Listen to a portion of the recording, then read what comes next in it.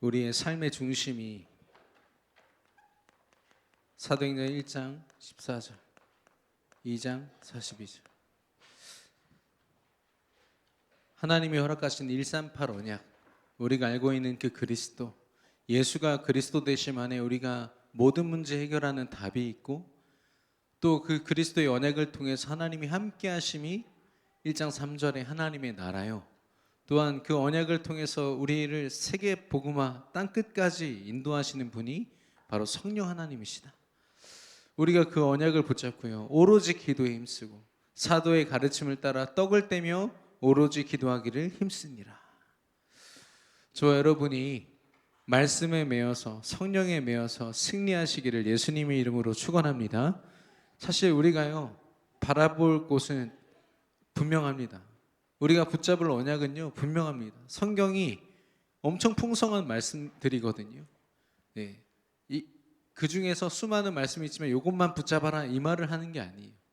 이 그리스도의 비밀 안에서 모든 걸 발견할 수 있기 때문에 저와 여러분이 오직 그리스도 될 때 하나님께서 그 풍성하고 놀라운 은혜를 우리에게 더하실 줄로 믿습니다. 그래서 온전히 하나님 앞에 예배하고 말씀을 붙잡고 기도로 성령에 매어 살아가는 것, 이게 오직 그리스도를 바라보는 성도들의 삶의 모습입니다. 저와 여러분의 삶을 점검할 때요, 다른 어떤 형편이나 내게 닥친 문제를 점검하는 게 아니라 내가 정말 오직 그리스도 되고 있는가, 내가 정말 예배와 말씀과 기도로 충만하게 살고 있는가. 하나님은요 우리에게 예수가 그리스도라는 그 분명한 언약을 주셨습니다. 제가 이번에 이제 오늘까지 부천 캠프를 마치고 왔습니다.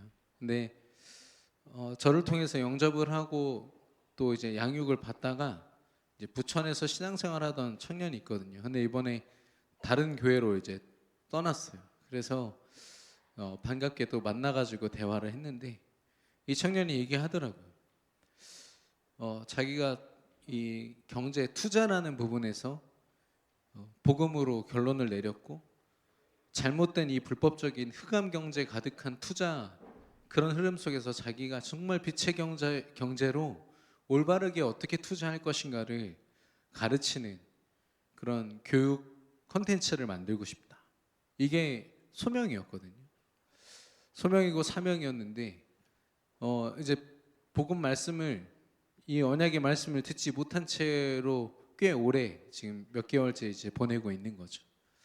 근데 이 청년이 저한테 했던 말이, 저랑 대화 속에 목사님, 다락방과 아닌 사람들의 차이가 있습니다. 두 가지인데요. 하나는 뭐냐, 미친 듯이 받아 적는 거래요. 저희 그 교회에도 자기처럼 이제 근처에 있는 다른 우리 다락방 교회에서 온 사람들이 있었나 봐요. 그래서 예배 시간에 미친 듯이 받아 적는 사람들은 다 그 사람들이라. 말씀을 사모하는 법을 알기 때문에 막 받아 적는 거죠. 두 번째 뭐냐, 자기가 이 교회를 다니니까 스스로 예배 은혜도 받고 만족도 하고 참 그랬는데 누군가를 살린다는 생각을 해본 적이 없대요. 몇 개월 동안 그냥 내 삶을 어떻게 살지, 잘 살아야 될 텐데 하나님 인도해 주세요, 이런 기도는 했지만 전에 자기가 생각했던 것처럼 흑암 경제를 이길 만큼 빛의 경제로 하나님 나라를 이루겠다, 이런 현장을 향한 중심들이요 자기도 모르게 없다는 걸 발견한 거예요, 저랑 대화하다가. 그래서 제가 어디에서 어떻게 신앙생활하든 그게 당신의 시간표고 내가 억지로 되돌릴 수 없지만 그 부분에서 복음으로 하나님이 당신에게 은혜 주지 않았냐, 하나님 자유되지 않았냐, 그 부분에 대한 확신은 있다는 거예요. 그러면 당신의 삶이 진짜로 하나님이 예비하신 현장, 당연히 살릴 수밖에 없는 그 현장이 있어야 된다. 그거 점검해라. 그랬더니 알겠습니다 하고 이제 기도받고 갔거든요. 그렇습니다.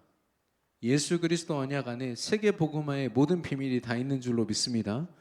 우리가 예수가 그리스도 되심을 믿는다는 건 내 문제 해결됐다 이걸 넘어서 그 문제 해결의 답을 가지고요 땅끝 증인으로 설 준비가 끝났다는 거예요. 우리가 뭔가를 더 갖춰가지고 그 응답을 바라보고 세계복음만 할 수 있다 없다를 논하는 사람들이 아니라 우리가 그리스도 언약으로 자녀된 그 자체가요, 세계를 살리고도 남을 답을 능력을 이미 다 가진 줄로 믿습니다. 그래서 예수 그리스도의 언약, 이 언약으로 오직 되는 거죠. 사단이 이걸 너무 잘 압니다. 그래서 사단으로 이제 예표되는 바로왕이 그걸 방해했다고 했습니다. 우리 강단 말씀에서도 이제 나왔지만 출애굽기 8장 25절에 보니까 다른 데서 하지 말고 그냥 애굽에서 예배 드리면 안 되냐? 피제사 그거 그냥 애굽에서 드려. 근데 여러분 아시죠? 애굽이 어떤 곳입니까? 이스라엘 백성들이 노예로 살고 있는 곳. 수많은 신들이 하나님처럼 떠받들여지고 있는 곳. 심지어 바로 왕조차도 태양신의 아들이라 가지고 그런 여러 가지 신전과 신상이 넘치는 곳에서 한쪽에서 예배 드리라는 거예요. 무슨 말입니까? 오직 예수가 아니라 유일한 하나님이 아니라 여러 신 중에 하나다 이 말이죠. 결국에는 하나님 앞에 오직 되지 못하도록 그거를 방해하는 겁니다. 두 번째는 우리 강단 본문에서 나왔는데요,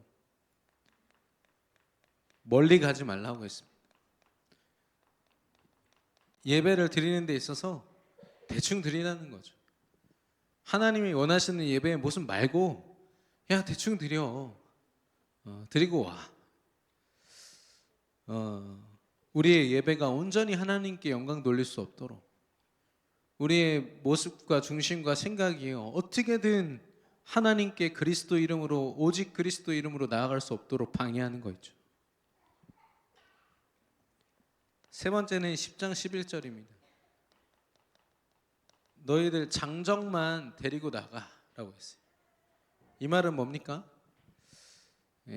남자들만 데리고 나가라는 건데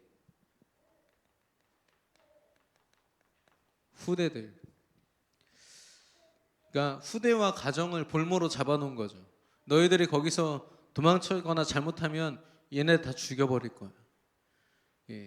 가정을 볼모로 딱 잡아놓고요, 온전히 예배드릴 수 없도록, 예배드린 내내 불안하도록 만들 뿐만 아니라 후대들이 그 예배하는 모습을 볼 수 없도록 만드는 거죠. 하나님께 영광 돌리는 것이 얼마나 귀한 것인지를 체험할 수 없도록 만드는 겁니다.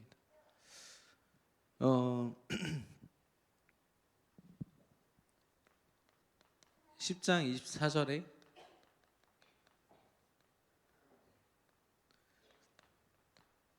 이 가축들 재물을 남겨두고 가라. 이 또한 이제 온전한 예배를 드릴 수 없도록 만드는 거죠. 그러니까 광야에서 피제사 드리겠다, 지금 바로에게 분명히 하나님의 말씀으로 요구를 했는데 바로는 어떻게든 그 말씀 그대로 언약 붙잡고 예배 드릴 수 없도록 아주 교묘하고 집요하게 예배를 방해하는 겁니다. 왜 그럴까요? 두려워서 그렇습니다. 온전한 예배가 선포되었을 때 그 승리와 하나님이 하신 일들을 사단이 두려워하거든요. 그러니까 애굽의 바울이 굉장히 힘이 있어서 이 예배를 저지시키는 것 같지만 이미 하나님의 능력 앞에 압도되어 있는 거예요. 그게 너무 두려운 겁니다. 그러다 보니까 이 과정 속에서 바로 왕이 계속해서 어려움을 주고 이스라엘 백성들에게 문제가 되죠. 근데 그때마다 우리가 속지 말아야겠습니다. 이 바로 왕이 이 벽돌을 만들 때 그 안에 짚을 꼭 넣어서 만들어라 이렇게 얘기를 했거든요. 근데 대신에 그 짚을 제공해 주지 마라 이렇게 명령을 합니다. 그래서 짚을 넣지 않고 만드는 것 자체가 불법이고요. 만든다 해도요, 그게 온전히 벽돌의 기능을 할 수가 없습니다. 그 짚이 하는 역할이 되게 중요하거든요. 그러니까 나중에는 그 짚을 대신해 가지고 다른 막 식물들 막 동원해서 만들기도 하고 엄청 힘들어요. 그 과정에서 끊임없이 원망하고 하나님을 원망하고 모세를 원망하고 모세조차도 하나님께 왜 이 백성들이 이렇게 힘들게 하십니까? 근데 이 모든 게 누구의 계획이라고요? 하나님의 계획. 아시다시피 이런 체험을 하고 바로 왕이 완전히 꺾여서 이스라엘 백성들을 출애굽하게 허락함을 보았음에도 불구하고 광야에서 계속 불신앙하잖아요. 이스라엘 백성들. 왜냐? 오직 되지 않았기 때문에. 이 모든 여정이 하나님이 허락하신 것이요 하나님이 절대 주권자요 하나님이 우리를 가장 영화롭게 하시는 분이시라는 걸 잊어버리니까요. 계속 내 형편에 따라서 내 예배조차도 끊임없이 방해받는 거죠. 이 자리에 나오신 여러분은 예배에 우선순위를 두고 승리하신 분들인 줄로 믿습니다. 물론 이 자리에 참여하지 못했지만 우리 수요 예배 보니까 한 100분 정도가 꼭 참여를 하세요. 예. 그래서 각 직장에서 도저히 참여할 수 없어서 생방송으로 참여하고 영상으로 예배를 들으시는 우리 모든 성도님들 또한 온전한 예배에 승리하시기를 예수님의 이름으로 축원합니다. 우리 옆 사람 축복하겠습니다. 오직 됩시다. 예, 어려움과 불신앙 앞에서 절대 속을 필요가 없는 거 있죠. 오직 되게 하기 위한 하나님의 계획입니다. 오늘 보니까 이삭이라는 사람의 인생이 나오는데 이 사람은 아시다시피 막 그렇게 남자다운 성격은 아니었습니다. 좀 소심하기도 하고 남성성보다는 여성성이 좀 더 이렇게 부드럽고 이렇게 온화한 그런 모습들이 더 많이 있죠. 근데 이 이삭이요 분명한 언약적인 체험을 한 이후에 그의 인생이요 분명한 우선순위를 두고 살아가게 되었거든요. 그게 창세기 26장 25절입니다. 우리 한 번만 더 다시 그 본문 읽겠습니다. 이삭이 그곳에 제단을 쌓고 여호와의 이름을 부르며 거기 장막을 쳤더니 이삭의 종들이 거기서도 우물을 팠더라. 아멘. 이 이삭에게 있어서 제단을 쌓는 것, 하나님께 예배하는 것, 다른 말로 하나님과 만나고 하나님의 음성을 듣는 것, 이걸 인생에 있어서 최고 우선순위로 두었다는 거예요. 히브리서 11장 4절에 보니까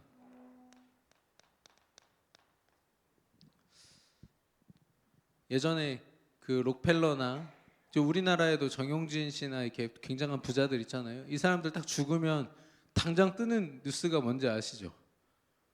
이 사람들이 남긴 재산은 해가지고 뉴스가 뜹니다. 대충 얼마 정도 될 것이라고 예상한다 이렇게 이제 올라오거든요. 솔로몬 때도 그랬습니다. 솔로몬이 사는 동안 솔로몬이 죽고 나서 그가 누렸던 이 어마어마한 영화로움이 어땠는지. 근데 중요한 건 솔로몬이 하나님 앞에서 범죄하고 그 말년에 우상을 드리면서 하나님이 그를 쓰지 않으셨던 그 시간들. 솔로몬은요 결국엔 믿음의 유산을 남기지 못하고 아들 때에 나라가 분열돼 가지고 전쟁이 끊이지 않는 잘못된 유산을 남기거든요. 예. 그래서 사실상 그는 굉장히 부유했지만 정말 남겨야 될 것을 남기지 못했어요. 오히려 이제 믿음을 갖지 못한 자, 하나님 앞에 쓰임 받지 못한 자라는 그런 오명을 쓰게 되죠. 근데 히브리서 11장 4절에 보면 아벨은 죽었지만 지금까지도 믿음으로써 말하느니라. 아벨 얘기는요 한 번 예배드렸다가 형 가인한테 그 하나님이 예배를 받으시는 질투심 때문에 쳐서 죽이잖아요. 딱 한 번 예배드렸는데 그 예배가 지금까지도 말하느니라 라고 했어요. 온전히 하나님께 드려진 예배를 하나님이 영원히 기억하실 줄로 믿습니다. 우리가 피곤한 몸을 이끌고 오늘 하루의 일정 속에서 예배 안 드리면 집에서 1시간이라도 잘 수 있고 이런 많은 계산들이 있지만 하나님을 만나고 하나님의 음성 앞에 더 나아가기 위하여 예배하고 하나님께 드려진 그 시간을 하나님이 기억하시고 축복하실 줄로 믿습니다. 그러니까 아벨은요 그 한 번의 예배를요 지금까지도 예배의 모델이 돼서 우리에게 전달되고 있는 겁니다. 이 창세기 22장 13절 하나님께서 아브라함에게 이삭을 바치라고 했습니다. 제물로 드리라고 했거든요. 예배를 하되 이삭을 바치라는 겁니다. 하나님께. 얼마나 끔찍합니까? 근데 그 예배의 자리에서 이삭이 확인한 게 그거였어요. 하나님의 말씀 가운데 내가 죽어 마땅한데 숫 양으로 예표되는 그리스도가 이 땅에 오셔서 나를 대신해 죽으시고 나를 구원하셨다. 예수 그리스도의 구원을요, 이삭이 이 예배의 자리에서 완전히 확인한 거예요.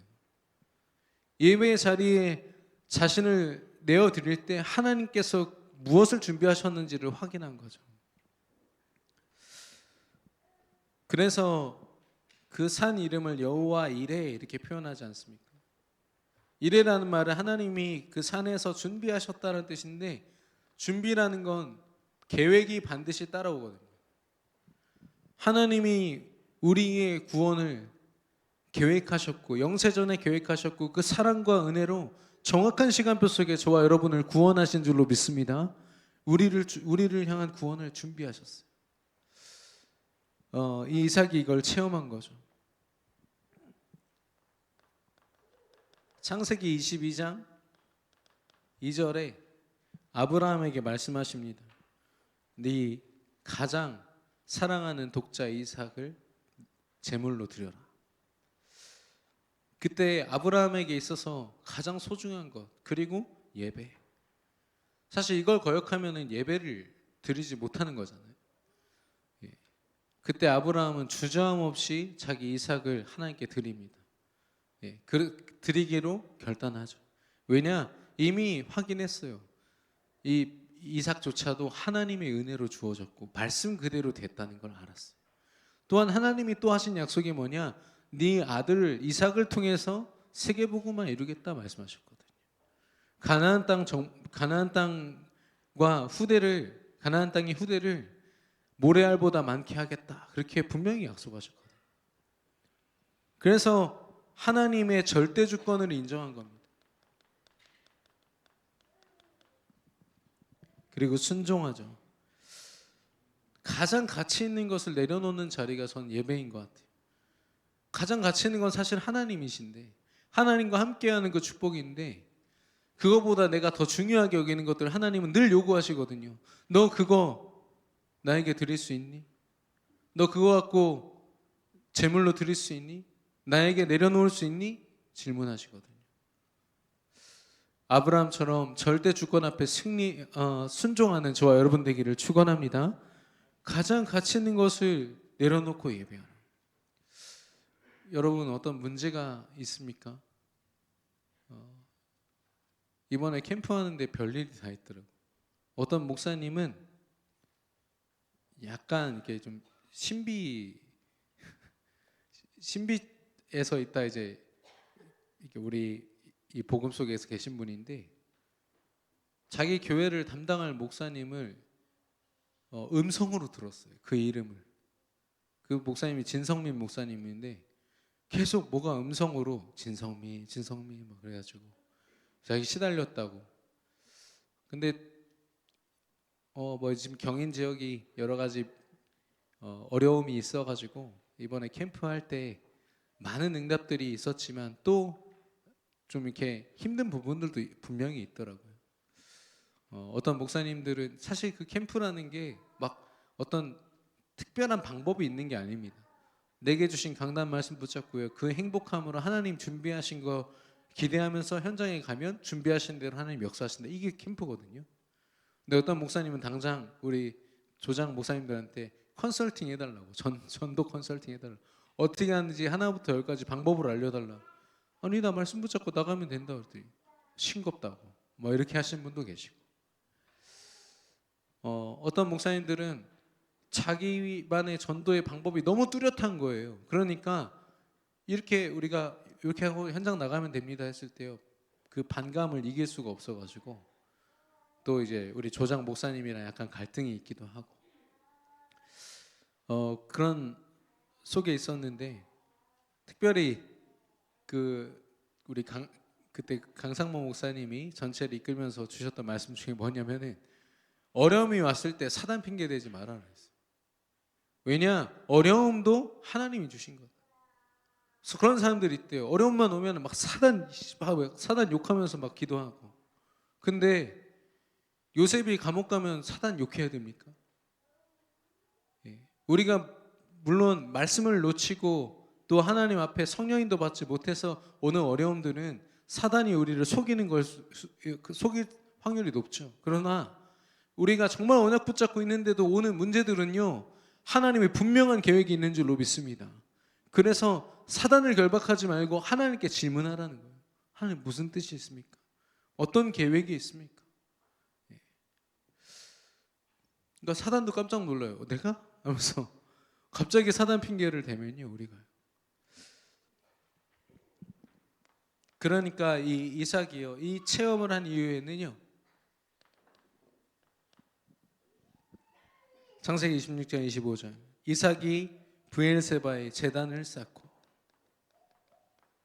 이때부터는 이삭이 가는 곳마다요, 하나님을 향한 예배의 처소를 만들고 예배하기를 우선 순위로 두었던 거 있죠. 예.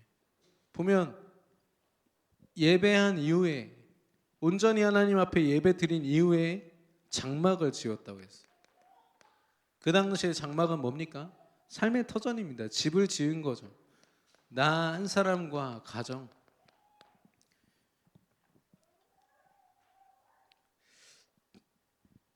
나라는 한 사람을 어떻게 보았냐? 여러 현실과 세상의 흐름 속에 있는 나, 돈이 있고 없고 내가 성공을 했고 안 했고의 그런 나가 아니라, 요한복음 1장 12절에 영접하는 자 곧 그 이름을 믿는 자들에게는 하나님의 자녀가 되는 권세를 주셨으니 라고 했어요. 그 권세를요, 분명히 알았던 겁니다. 그래서 그는 자신의 노력과 열심과 어떤 성취감으로 사는 것이 아니라 하나님을 믿는 믿음으로, 또 하나님이 여호와 일에 준비하신 것들을 기대하고 바라보면서 하나님이 말씀 그대로 성취하실 것을 믿고 나아갔던 겁니다. 이게 그의 정체성이었어요.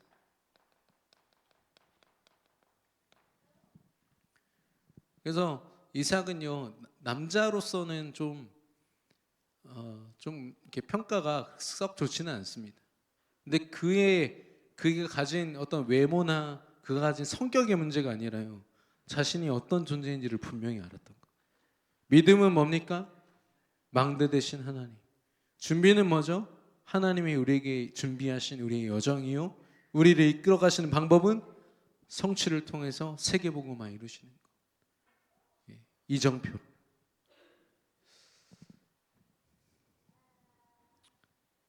그래서 저와 여러분은요, 이 속에 있으면 어떻냐?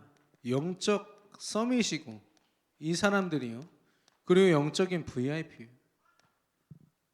생각해 보십시오. 믿음 안에 거하는 자들, 겉으로 보면 노예로 팔려가고 감옥 가는 것 같지만 하나님이 그를요, 세계복음화 할 수밖에 없는 최고의 절대적인 계획 가운데 두고 인도하셨거든요. 여러분, 우리 형편이 걱정되십니까? 어려움 때문에 지금 고민되십니까? 여러분, 매이지 마시고요, 정말 하나님 앞에 서시기를, 그래서 내가 어떤 존재인지를 온전히 발견하기를 예수님의 이름으로 축원합니다. 그 람보르기니라는 차 아십니까? 대전에 뭐 2대인가 있다고 그러는데, 그 비싼 거는 뭐 저 가격도 잘 몰라요. 근데 엄청 비싸다고 하더라고요. 근데 다른 차들은 그래도 이게 광고판이나 이런 거 보면 보거든요. 근데 람보르기니는 아마 여러분도 본 적이 없으실 겁니다. 그냥 차 이름만 들어봤지. 그렇죠? 왜 그러냐면 람보르기니는 어디서 파냐면 이 항공 박람회, 그러니까 비행기를 이제 파는 그런 곳에서 한쪽에 그 부스를 마련해 놓고 거기서 자동차를 파는 거예요. 여러분, 비행기 사려면 얼마 필요한지 아시죠? 천문학적인 돈들이 필요한데 그 돈 가진 사람들만 볼 수 있는 거예요. 완전 VIP 중에 VIP, VVVIP들만 그 람보르기니 광고를 보고 그 시연회를 보고 살 수 있는 거죠. 그러니까 완전히 차별화된 판매 전략을 가지고 있더라고요. 저는 영적으로 하나님 자녀도 마찬가지입니다. 우리의 어떤 겉모습 때문에 우리가 판단하지 말아야 될 건요, 하나님이 아무에게나 이 언약을 주시고 하나님 자녀 삼지 않으세요. 제가 이번에도 캠프 때 느꼈지만, 제가 이번에 우리 그 같이 팀이었던 권사님이, 장로님이 저 미용실에 들어와서 저 중국인한테 복음을 전해야 된다는 거예요. 그래서 저 사장님한테 복음 전해야지 했는데, 사장님이 되게 뜨뜻미지근하게 대충 들어요. 그래서 아닌 것 같아요. 누가 봐도 아닌 것 같아요. 근데 옆에 있던 그분의 동생이 얼마 전에 심장병 수술을 하고서 영적으로 많이 약해져 있어요. 약해져 있으니까 뭐 어떻게 되냐면, 뭐라도 의지하고 믿고 싶다 이 생각이 든 거예요. 그러니까 옆에서 이상한 여호와 증인이나 누가 이렇게 막 전도하고 있잖아요. 그거 보면은 나도 좀 전도 좀 해주세요, 속으로 생각을 했다는 거예요. 그래서 저한테 와서 복음 좀 전해달라고 그 자리에서 영접하셨거든요. 거기 있는 사람이 다 놀랐어요. 준비되어 있던 사람이고. 사실 우리는 사장님을 두고 기도했는데 하나님이 그 사람을 준비하신 거 있죠. 지속해서 만남이 다락방에 열리고요. 그런 걸 볼 때 작정된 자들은 다 믿더라고요. 저와 여러분이 그냥 어쩌다 믿게 된 게 아니라, 저는 렘넌트들조차도 엄마 아빠 손잡고 나와서 교회 다니다 보니까 믿게 됐다, 저는 그렇게 보지 않습니다. 예. 저와 여러분이 작정 속에서 하나님의 자녀의 이 권세를 누리게 된 줄로 믿습니다. 갈라디아서 3장 29절에 보니까요, 너희가 그리스도의 것이면 곧 아브라함의 자손이요 약속대로 유업을 이을 자니라 라고 했습니다. 우리가 예수 그리스도께 속해 있다면 아브라함의 그 축복, 세계복음화, 가나안 정복의 그 축복 속에 우리가 있다. 우리가 그 유업을 이을 자이다. 하나님의 영적인 상속자요, 영적인 유업을 이을 자이다. 우리 강단에서는 바통을 이을 자라고 했잖아요. 그 바통은 보통 바통이 아니라니까요.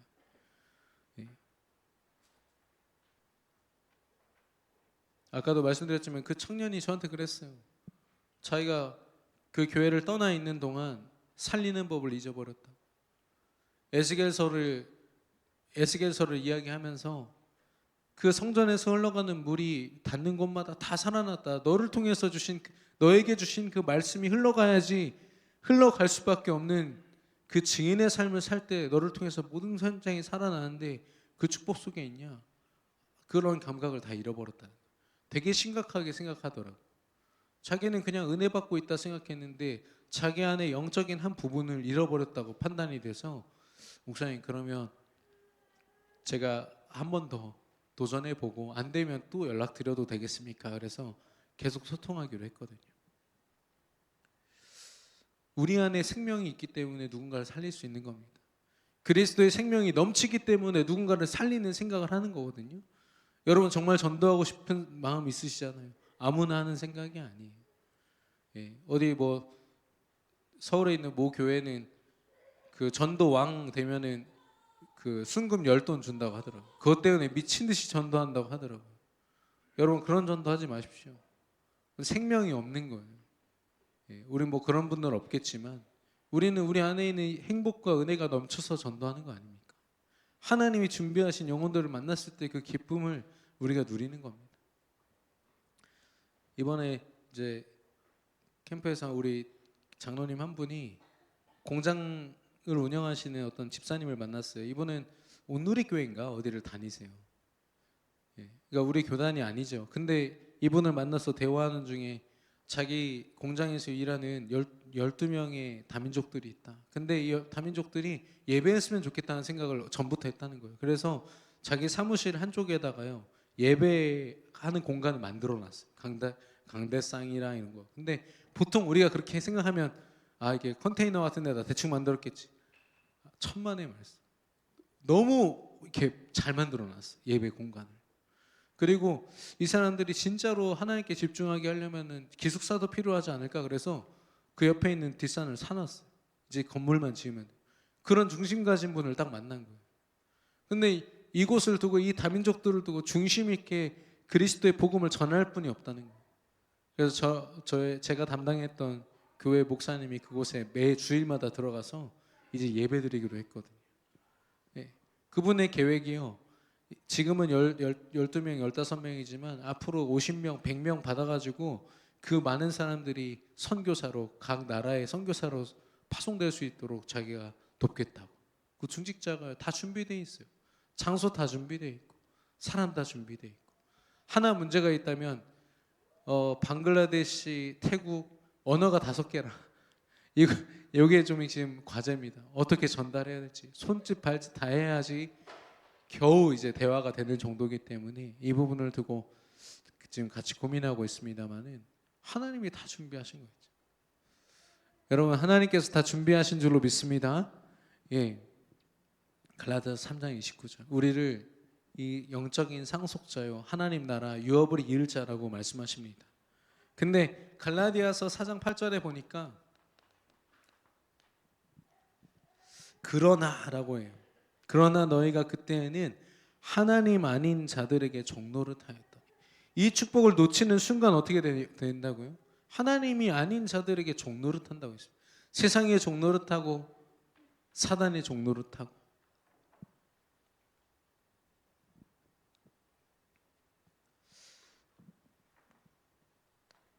사도행전 16장 15절 드로아의 밤을 통해서 아시아로 가려던 발걸음을 마게도니아로 틀었을 때 이 바울이 처음 만난 사람이 바로 루디아였습니다. 루디아를 만났을 때 뭐라고 했죠?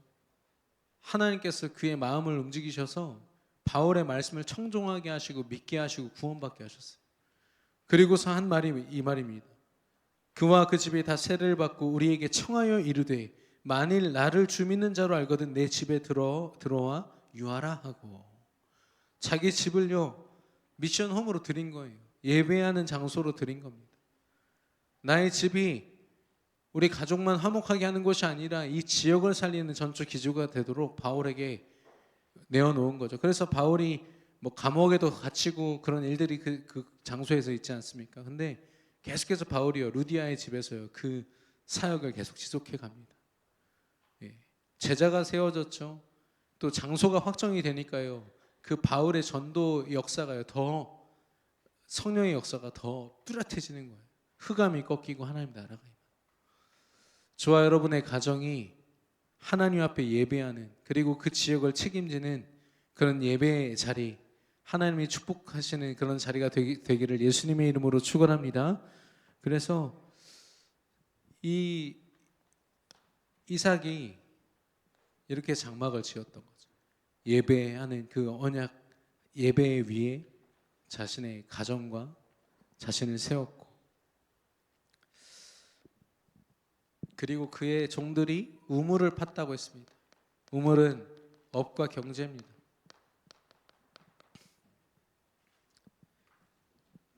우리 말로는 현장이죠. 내가 실제 살아가는 삶의 모습입니다. 창세기 26장 12절에 보니까 하나님이 그에게 이미 100배의 축복을 허락하셨어요. 한 해 농사 졌는데요 100년 먹을 걸 하나님 주셨단 말이죠. 그 말은 뭐냐, 네 평생 내가 책임지겠다는 말이에요. 다른 사람들은 그 농사 지은 거 가지고 겨우 한 해를 먹고 살고 또 그 안에서 걱정하고 불안해한다면 너는 그런 거 걱정하지 마. 네 인생 내 거야. 내가 책임질 거야. 100배의 축복은 그렇습니다. 남들보다 재물이 더 많았다 이런 표현도 될 수 있습니다만은 더 중요한 영적인 표현은 뭐냐, 그의 인생을 두고 걱정할 필요가 없는 거죠. 하나님이 그 풍년과 흉년을 주관하시는 하나님이 그의 100배의 축복을 주신 겁니다. 그리고 26장 19절에 샘의 근원을 얻었다고 했습니다. 물이 귀한 이스라엘에서 그 광야 사막 같은 곳에서 샘의 근원을 얻었거든요. 분명한 믿음을 가지고 있었기 때문에 이삭이요 그 동네 사람들이 뺏으러 올 때마다 그냥 양보합니다. 양 두고 그 다음 장소로 가고 또 우물을 파고 근데 팔 때마다 우물이 터져 나오는 거예요. 왜냐? 샘의 근원을 얻었기 때문에. 우리가 축복을 바라보는 우리의 모습도 마찬가지입니다. 축복을 받기 위해서 하나님 믿으십니까? 아니면 축복이 이미 내 안에 와 있습니까? 우리 렘넌트들도 마찬가지입니다. 세상이 보는 우리 렘넌트들의 모습은요, 아직 갖춘 게 없고 배울 게 많고 앞으로 가져야 될 것도 많고 이루어야 될 게 많은 미완성된 존재죠. 근데 하나님이 보실 때 렘넌트들은 어떻죠? 이미 완성된 언약이라고 강단에서 말씀하셨잖아요.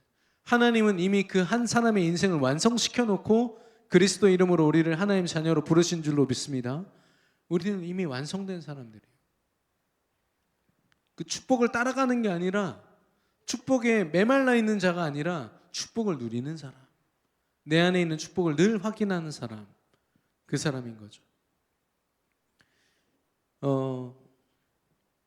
사실 이런 부분을 두고 우리가 정말로 하루를 삼오늘로 살아가기보다 우리 캠프하는 동안 메시지를 우리 강단 말씀과 함께 묵상하는데 되게 이렇게 마음을 울리는 말씀이 뭐였냐면, 직분을 가지고 교회 안에서 어떤 위치까지 올라가는 제자처럼 보이는 사람들이 일상의 시스템이 없다, 이렇게 표현하시더라고요. 왜냐면 내가 많은 걸 하고 있다고 느끼거든요. 그러니까 진짜 말씀을 가지고 내 삶이 정리되고 기도 제목을 통해 하나님께 나아가고, 실제로 이런 시간들이요, 수많은 핑계와 여러 가지 이야기 속에서 묻혀 있는 거예요. 이게 묻혀져 있으면 뭐가 안 나오냐? 포럼이 안 나옵니다. 할 말이 없죠. 내가 하나님 앞에 내 인생을 세워야 하나님이 하신 일들, 준비하신 것들을 볼 텐데, 아주 특별하게 나쁜 일이 있다가 좋은 일로 바뀌었다, 이 정도 포럼 말고는 세밀하게 하나님의 역사하신 걸 볼 수가 없다. 그래서 직분을 가지고 중요한 응답을 받을수록 내가 어떤 시스템을 갖췄는지 제대로 점검하라, 이랬거든요. 사람들은 당장 눈앞에 있는 문제들 처리하기에 바쁘죠. 그래서 이런 말이 있습니다. 기다리면 이삭이 되고 서두르면 이스마엘 된다. 아브라함이 그랬잖아요. 하나님이 주신 언약 붙잡고 하나님이 하실 거 기다리면서 믿음으로 기다렸으면 이삭이 딱 태어날 텐데, 자기 나름대로 막 머리를 굴린 거죠. 이걸 어떻게 해볼까? 말씀을 어떻게든 성취해볼까 하다가 이스마엘 낳지 않았습니까? 그 이스마엘이 결국에는 이스라엘 백성들을 위협하는 존재요, 족속이 되잖아요.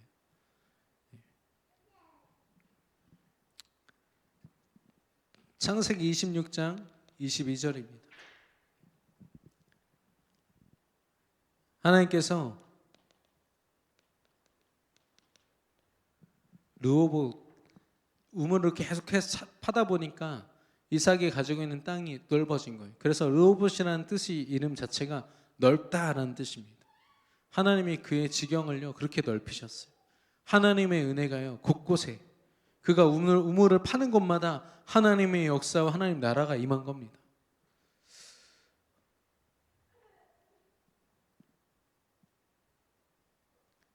이 북이스라엘은 9왕조 19명의 왕이었습니다. 근데 거기서는 끊임없이 반란이 있었고 모반이 있었고 서로에 대한 배신이 있었고 그랬거든요.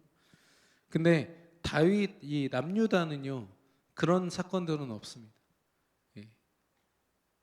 하나님이 그 왕들을 다른 사람이 막 이렇게 구테타로 배신해가지고 그렇게 당하지 않게 하시고, 하나님이 그의 왕들을 이렇게 주관하셨거든요. 왜 그랬을까요?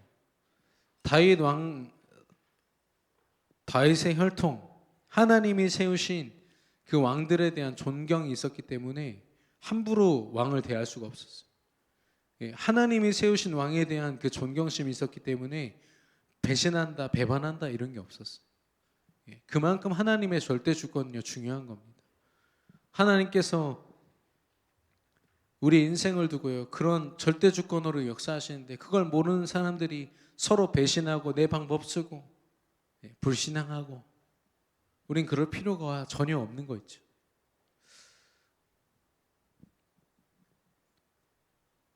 그래서 창세기 26장 28절에 보면 그 계속해서 우물을 빼앗던 자들이 찾아와서 뭐라고 얘기합니까? 그들이 이르되 여호와께서 너와 함께 하심을 우리가 분명히 보았노라라고 고백합니다. 이제는 자신의 업을 통해서 누려진 이 하나님과 그 축복들. 예. 근데 그들이 본 거는 야 이삭이 너 돈 많이 벌었구나. 야 너 좀 잘났구나. 이게 아니었어요. 네 업과 네 삶을 하나님이 붙들고 계시구나. 하나님이 함께 하심을 내가 분명히 보았노라라고 얘기하는 거죠. 여러분 하나님을 드러내시는 저와 여러분의 삶이 되기를 축원합니다. 우리의 업이요 말씀 속에 있을 때요 하나님이 100배의 축복 근원의 축복 주실 뿐 아니라 우리의 지경을 넓혀서요 하나님의 은혜로 우리의 삶을 돌보실 뿐 아니라 이 불신자들도 인정할 수밖에 없는 하나님의 역사를 보게 하실 줄로 믿습니다. 그래서 제단을 쌓고 제단 그 예배한 곳에서 장막을 짓고 우물을 팠더라.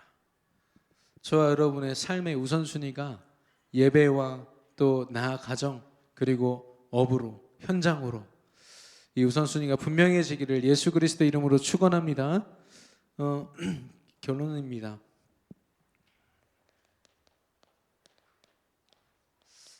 하나님의 계획. 요한 3서 1장 2절에 내 영혼이 잘됨 같이 범사가 잘되고 강건하기를 원하노라.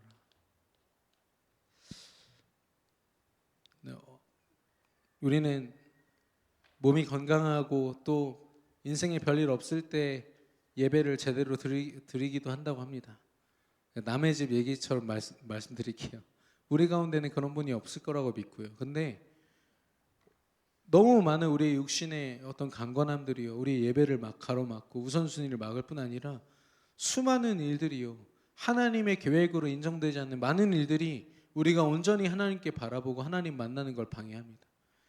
단지 예배뿐이겠어요? 우리 하루하루 삶 속에서도요 가스불 하나 켜놓은 것 때문에 오늘 내가 누려야 될 축복 하나도 못 누리는 게 우리의 마음 상태거든요. 그런 우리의 상태를 향해서 얘기하는 겁니다. 내 영혼이 잘됨 같이 범사가 잘되고 강건하기를 원하노라. 우리의 우선순위가 오직 복음으로 오직 그리스도로 정리되기를 예수님의 이름으로 축원합니다. 절대 우선순위가 돼야 돼요. 타협이 없는 우선순위. 그래서 우리가 우선순위라고 할 때 하나님의 말씀을 붙잡고 기도하는 것입니다. 이게 오직 되는 방법이거든요. 말씀을 듣기 위하여 예배의 자리에 나가고 그 자리에서 정리된 말씀을 가지고 하나님께 기도하는 것, 이게 말씀에 매이고 성령에 매이는 방법이에요. 그래서 말씀과 기도 속에서요 저는 기도보다도 묵상이라는 단어가 이번 주에 더 붙잡히더라고요. 말씀에 매인다. 말씀이 내 안에 계속 그냥 단순히 암기되고 그런 것이 아니라 하나님이 나를 인도하시는 그 말씀이 딱 살아서요 끊임없이 묵상되어지는 거예요.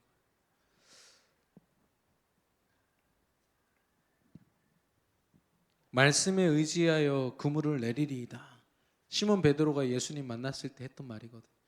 그때요 밤새도록 잡으려고 해도 잡히지 않던 그 물고기가요 그물이 찢어질 만큼 잡혔다고 했습니다. 그걸 보고 이야 많이 잡혔다 했습니까? 그 그물과 다 버려두고서 나를 받아달라고 예수님을 쫓아가지 않습니까? 그러니까 베드로가 확인한 건요 예수가 그리스도구나 이걸 확인한 거예요. 여러분 말씀을 의지하여 살아가는 저와 여러분 되기를 바랍니다. 이 바울이 사도행전 18장 18절에 겐글리아라는 곳에서 갑자기 머리를 깎고 소원을 합니다.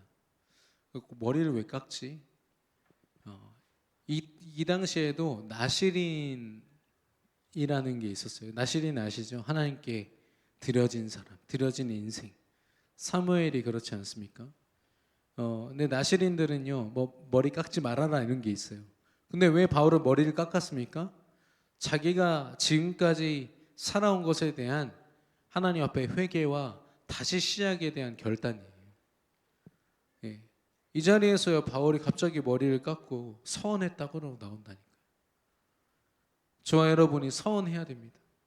우리의 인생을 두고요 서원해야 됩니다. 우리는요 순간순간 서원해야 됩니다. 내가 혹시 내 인생이 잘못된 우선순위를 가지고 세상이 주는 불안함, 두려움, 아픔 그거 가지고 그대로 살고 있지 않았나?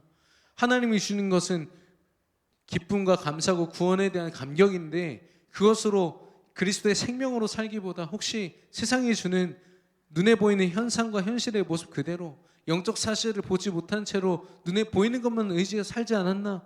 그럼 이제부터라도 하나님 그거 보지 않고 하나님이 주신 말씀으로 하나님이 보여주시는 것 준비된 거 보겠습니다. 이런 서원이 저와 여러분에게 시작되기를 축원합니다. 아니 바울 사도가 뭐가 부족해가지고 갑자기 이런 서원을 하겠냐고요. 그러나 그는요 끊임없이 자기 생각을요 하나님 앞에서 점검했어요. 내가 지금 전도 운동 속에 있지만 내가 정말로 하나님 앞에 내 인생 드리고 있는 거 맞나? 그래서 다시 내 인생을 하나님께 드린다라는 표현으로 머리를 깎았다고 하더라고요. 여러분은 머리는 깎지 마시고 정말 마음을 찢어서 하나님 앞에 드리시기를 바라고요. 중요한 건 여기 3번을 여기다 적겠습니다. 이 모든 것이 누구를 위한 거냐면 나를 위하여. 우리는 착각합니다. 예배하고 기도하고 말씀 듣고 이게 막 귀찮고 힘들어요. 왜냐? 이게 진짜 나를 존귀하게 하고 나를 영적인 VIP, 영적 서밋의 자리에 세운다는 걸 사실상 믿지 않거든요. 왜냐면 육신적으로 일어나는 일이 없어요.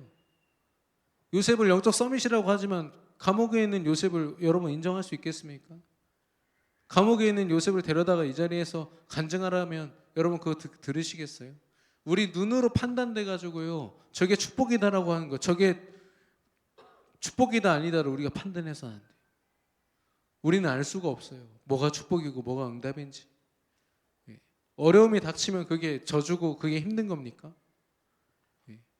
어떤 가정에 좀 어려움이 딱 닥치니까요. 아이고 그 예배 안 드리더니 그렇게 돼. 이렇게 말하시면 안 된다니까요. 하나님의 계획이 있는 거예요. 개인도 마찬가지예요. 나한테 어려움이 왔다 했을 때는요. 하나님 앞에서 질문하셔야 돼요. 하나님 저 하나님 자녀인데 내 예배하고 말씀드리고 있는데 하나님 이 무슨 계획입니까?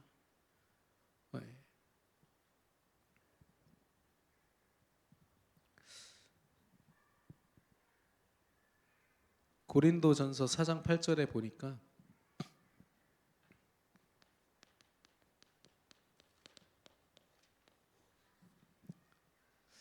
제가 이번 주에 좀 많이 묵상한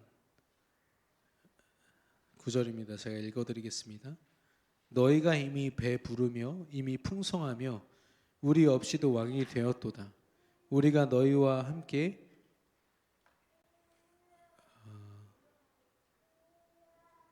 죄송합니다. 제가 잘못 찾은 것 같아요. 제가 나중에 알려드리겠습니다. 고린도전서에 보면은 너희가 모든 것이 너희가 이미 가졌음을 왜 알지 못하느냐 이런 구절이 있어요.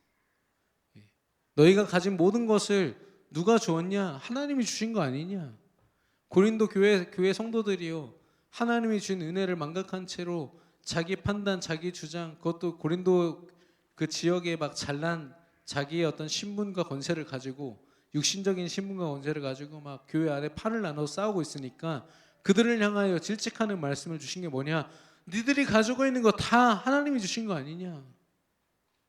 근데 왜 하나님께 드리기를 그렇게 인색하냐라고 얘기해요. 헌금을 얘기하는 게 아닙니다. 인생이요, 내 생각이요, 내 삶과 호흡이거든요.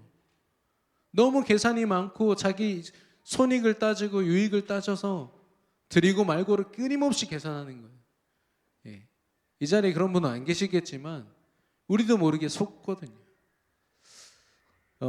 하나님 앞에서 우선순위를 드릴 때 그 모든 계획이 하나님이 나를 위하여 주셨다는 것, 하나님이 이번 주에 이 강단 말씀을 통해서 그 흐름 속에서 깨닫게 하시고 더 하나님과 가까워지고 친밀해지는 저와 여러분 되기를 예수님의 이름으로 축원합니다.